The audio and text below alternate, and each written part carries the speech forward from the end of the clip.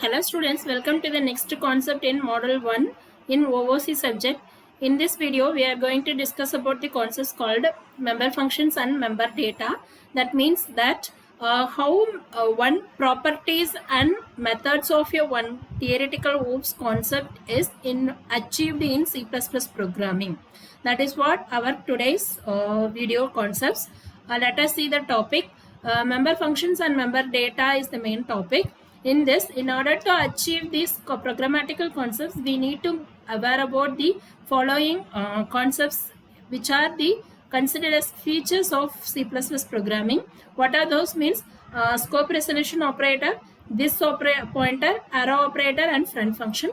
Let us see each one in detail. First operator is scope resolution operator. This operator will be useful to identify and specify your member function in outside of the class, right? So if you have 2 or 3 member function, only you have declared that member function inside the class. If you want to define that member functions outside of the class, means we can use this scope resolution operator. This scope resolution operator is written like 2 colon symbols togetherly. So if you put 2 colon symbols togetherly, that operator is called a scope resolution operator. Let us see with one example here. Here class distance is my example class. I feet and f inches are the 2 member data which are declared as private here, since private is the default access identifier in C++ programming.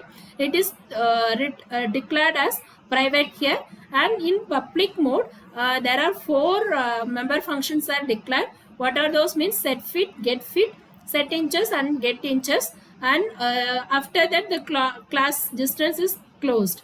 Now inside the class only the declarations of that prototype is only declared.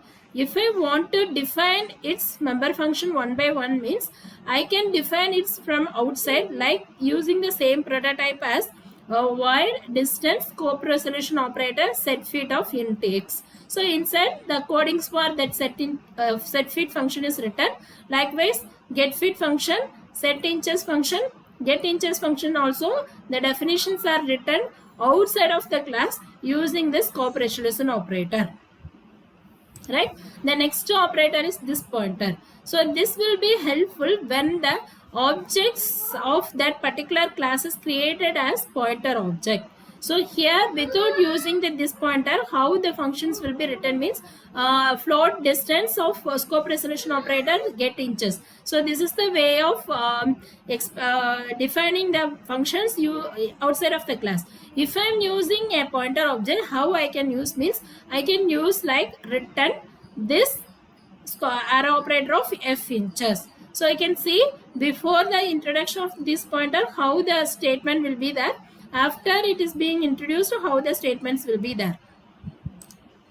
Then third one is arrow operator. So this is also helpful in the case of pointer objects. So this example program will show exactly how this arrow operator is used in the C++ programming. Here iostream.h header file and distance.h header file, the respective header files are included first. Then void main is started. Then distance d1. Here d1 is the object of class distance. Immediately next to the statement, the pointer object of that class is created. That is nothing but d pointer. So d pointer is my pointer object for the class distance. Then after, what happens? We are assigning the values address of the d1 to the d pointer. So d ampersand of d1 to d pointer is assigned. That means pointer is initialized.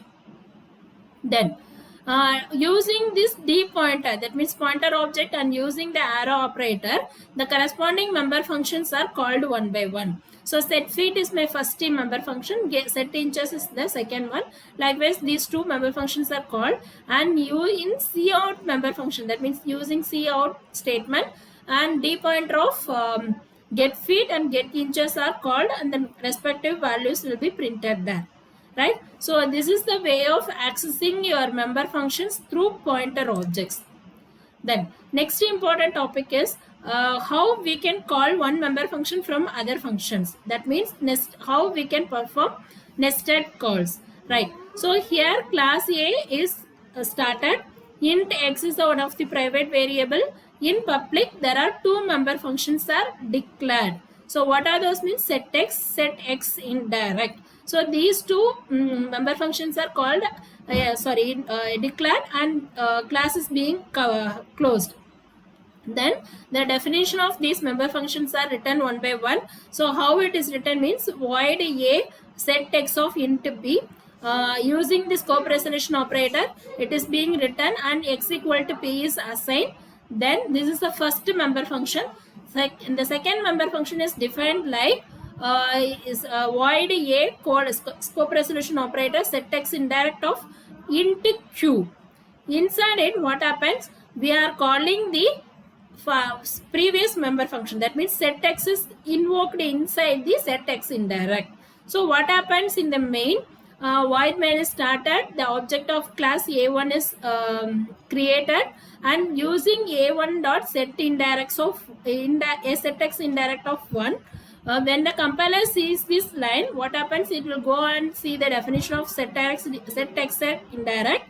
Inside what is written? Set x is written. So when the compiler executes this instruction, it will go and jump to the definition of set x. So here in set x, what happens? X equal to p is assigned. So what happens? The value of 1 is assigned to x now, right? Likewise, we are invoking the one member function inside the another member function. That is what called as nested call. Next concept is overloaded member function. How one member function can be overloaded and can be executed in different implementation is the concept, right? In this example, what we are seeing is class A is created. In public, void show is my first member function without any passing argument. That member function is called, and void show of int is my second member function. Here the name of the functions are same. That is what it is called as method overloading or overloaded member function. Only the change is its prototype.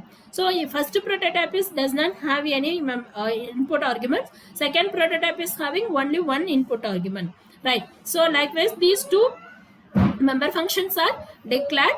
Then after this class, the second member function void a of show is written, and hello is my coding for that void show. Then second member function is having some input arguments. So based on the input arguments, the for loop is being executed. So depends upon the number of input argument, the for loop will be executed. Inside the for loop, hello statement is written. So coming to void main, class A1 is written. So a1.show is called. So it exactly matches the first function call. So the compiler will go and search the definition of the first show. Then hello is printed first. Then a1.show of 3 is matching the second prototype. So what happens inside when the compiler will go and see that the for loop will be executed 3 times. So the 3 hello values are printed here. Fine. Then what is meant by constant member function? So if you want to declare one member function as constant, means the values which are defined, which are the coding which written in the member function won't be changing. So if you are strong on that coding part of that member function, you can define the constant, or else what happens? The compiler will throw one error, right? So this is called as constant member functions. I hope so you are clear with this concepts. I will catch you in the next video of next topic. Thank you.